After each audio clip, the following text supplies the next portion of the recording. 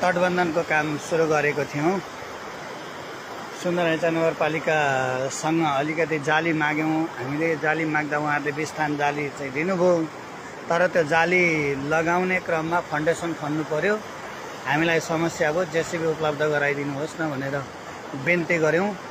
कर्मचारी ज्यूहरू जो अलि बस्नु भएको छ कुर्सीमा आफ्नो हातमा ताला चाबी लिएर उहाँहरूलाई हात जोड्दा 10 दिन 12 दिन अगाडिदेखि हात जोड्दा सम्भव नभएपछि वर्तमान मेयर साहब केदार प्रसाद गुरागैँज्यूलाई मैले आफैले फोन गरेर लगभग आजभन्दा 6 दिन अगाडि उहाँसँग बिन्ती बिसाएँ। उहाँले हुन्छ म आज पठाइदिन्छु व्यवस्थापन गरेर भन्नुभयो।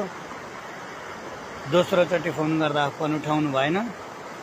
त्यसपछि एकजना कर्मचारीसँग सम्पर्क भयो। नाम नभनौँ, नाम भन्नै पर्यो भने भनौँला, ठुलो कुरो छैन। तर मेरो आफ्नो व्यक्तिगत जीवनसँग जोडिएर कुनै हानि नोक्सानी भयो भने कसैसँग मलाई रिस राग द्वेष हुँदैन। तर संस्थालाई हुने क्षति जुन छ त्यो चाहिँ कुनै व्यक्तिका कारणले भयो भने त्यो व्यक्ति बाँचुन्जेल अनुहार हेर्नु नपरोस् जस्तो लाग्छ। किनभने मेरोलाई तपाईँका लागि, तपाईँ जुन कुर्सीमा बसेर सम्पत्ति कमाउँदै हुनुहुन्छ त्यो तपाईँको छोराछोरीका लागि कमाउँदै हुनुहुन्छ। तपाईँले सुन्दरहेन्चाको नगरको हितको लागि कमाउँदै हुनुहुन्न। ढुक्क हुनुहोस्, तपाईँ पेट पाल्नका लागि, तपाईँको आफ्नो छोराछोरीका लागि र तपाईँ आफ्नो भविष्य बनाउनको लागि त्यो कुर्सीमा बसेर सुन्दरहेन्चा नगरपालिकालाई दोहन गर्दै हुनुहुन्छ।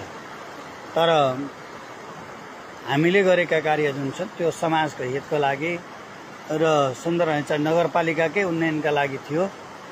मैले फाउन्डेसन खन्नलाई यहाँको यो पारी हजुरहरूलाई थाहा छ, यो चाहिँ सुनसरी पर्छ। यो खोलाले दुईपट्टिको भाग सिमाना गर्छ।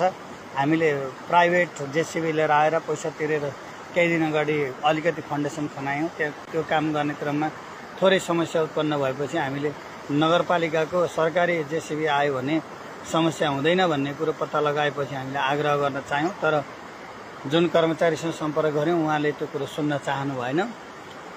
पछि वर्तमान मेयर साहबलाई नै मैले आग्रह गरेँ। उहाँले हुन्छ म पठाइदिन्छु भन्नुभयो।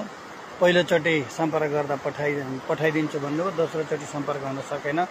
त्यसको 3 दिन 4 दिनपछि फेरि दोहोऱ्याएर मैले सम्पर्क गरेँ। हुन्छ म हेरेर पठाउँछु भन्नुभयो। फेरि पनि पठाउनु भएन। मैले हिजो बेलुका 12 घन्टा अगाडि मात्रै एउटा स्ट्याटस लेखेको थिएँ, हजुरहरूले याद गर्नुभएको छ। धेरैजनाले सोध्नु भएको थियो हजुरलाई फेरि समस्या पर्यो भनेर। समस्या काम गर्ने क्रममा समस्या आउँदो रहेछ। यो जुन तारजाली लाउँदै गरेको हजुरहरूले देख्नु भएको छ। यसरी हामी यहाँ तारजालीको काम गरिरहेछौँ। यहाँ निकैवटा तारजालीको काम भइरहेको थियो। आज त्यो चाहिँ क्षति भयो। यो क्षति भइसकेपछि यो क्षतिको जिम्मा लिने कसले?